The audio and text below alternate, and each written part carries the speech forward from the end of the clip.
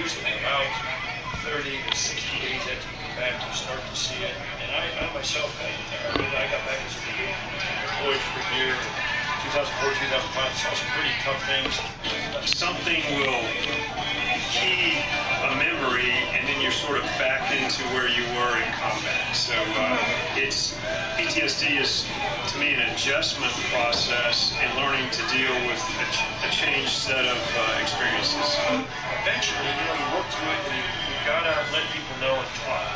I mean, peer-to-peer is the key. Really, families using the personal experience. Some personal experience. I think, number one, you have to realize you have an issue and that you are changed. Sometimes I think the best folks to help you do that are your family, because you're going to come back and they're going to say, hey, you're different. There's also post growth, and there's a growth that occurs, and so when you have issues you deal with, but you also grew because you had a tough mission, you formed a team, you did a lot together and accomplished a lot. So you start thinking more about the positives, and you really can't grow in the situation. Well, a lot of soldiers feel like if they were, not fit mentally or physically, that the Army would just get rid of them and throw them out and not have a need for them. But that's really not the case.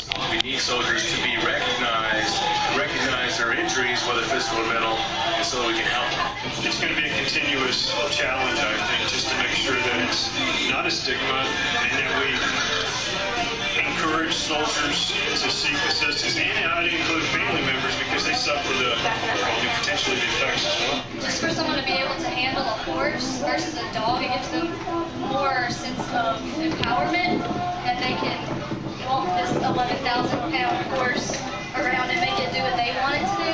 When you ride a horse, your energy, they can feel everything. If you're nervous, they can feel everything.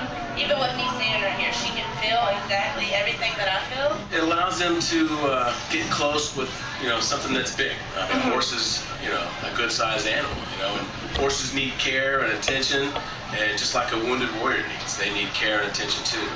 And you bring those two together, and they can care for one another. Soldiers bringing their kids and watching their kids enjoy it.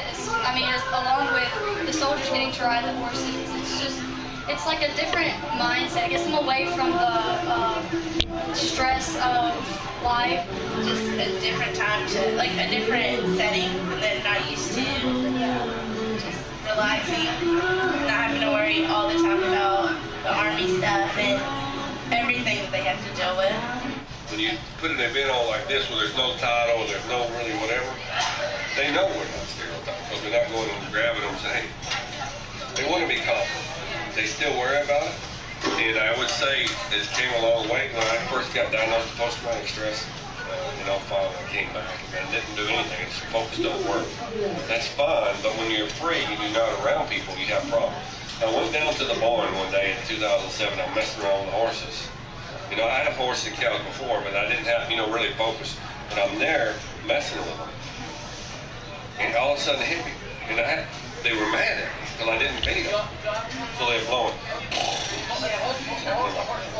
So I started rubbing on her and I gave her some food and she started nudging me and, she is talking to me. And then I started grooming her and she just kind of relaxed, She wasn't talking back to me, she wasn't saying anything, but you could feel that there was just a basic connection. You're around them enough, you'll get confident, and then it's just like a friendship.